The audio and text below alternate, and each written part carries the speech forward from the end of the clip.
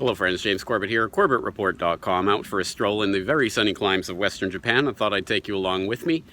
And I've received several emails in the last few days from people who are sending me links to websites and or apps and or browser extensions that purport to show fake news websites and warn you of the fake news that you might receive if you visit them. Very interesting that the Corbett Report seems to be making all of these lists. In fact, there was one that was a particular favorite of mine that warned that the Corbett Report is one of the most unreliable sites on the internet.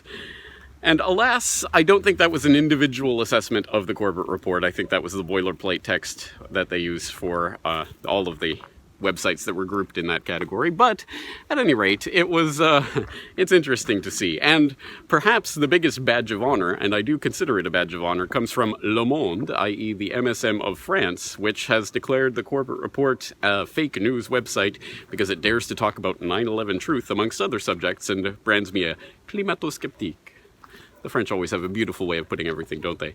So, again, I do wear this as a badge of honor in the same way that I take the proper not Russian propaganda list and being earmarked on that list as a badge of honor, as a sign that sites like the Corbett Report and others in the alternative independent media are having an effect. You can go look at Alexa or other ratings services that show the number of people visiting Corbett Report going up and up and up, and the dinosaur media plummeting off a cliff as fewer and fewer people are bothering to tune into their nonsense and garbage. And I think deservedly so. And if you're watching this, maybe you agree with me. The point of all of this is that the dinosaur media has depended for generations on the Fortune 500 type of companies, the CFR connected companies, all their corporate cronies, continuing their information dissemination gatekeeping racket by providing them the dollars and yen and whatever else that they need to continue functioning in the form of advertising revenue, which is exactly why I have never gone anywhere near advertising with the Corbett Report. I don't take advertising on the website. I've never put it on the videos. You'll never see a pre-roll ad or anything on a Corbett Report YouTube video unless YouTube monetizes it because of some copyright claim or whatever.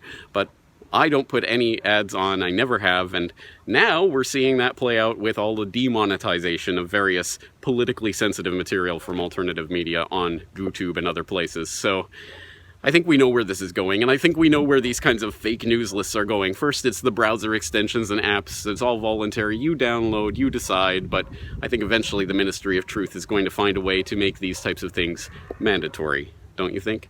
So, on that note, while we have this window of opportunity, the independent media is brought to you by you, and the Corbett Report is no exception to that rule. I would not exist without the support of people out there as little as $1 a month. I don't think it's a lot to ask, and I try to provide as much value as I can for that $1 a month, including, of course, it gets you to the login so that you can log into the website and leave comments on the website. It also allows you to log into the website and read the subscriber newsletter that is posted there on a weekly basis, and that includes not only my International Forecaster editorial, and in the interest of keeping everything out in the open, I don't want to put anything behind a paywall, so the International Forecaster editorial is always available on the web for free. There is always a link to the free version in the newsletter for non-members if you're not a member. I don't want to put anything behind a paywall. The only information that you get in the subscriber newsletter that you can't get anywhere else is the subscriber-only video.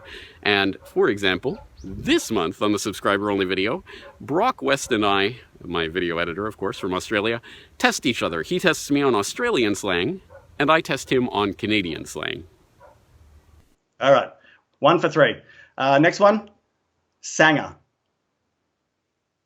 Sanger? Correct. Like Margaret Sanger?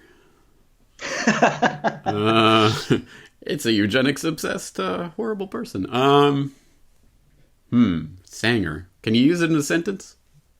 Or would that give it away? I'll have one Sanger, please. All right. I'm going to go with fish and chips again. we eat more than just fish and chips. Yeah, I know, but I don't know. I really have no idea. I can't even imagine. Sanger, I don't know. The answer is a sandwich. Sanger? Sandwich? Mm-hmm. That's a far leap.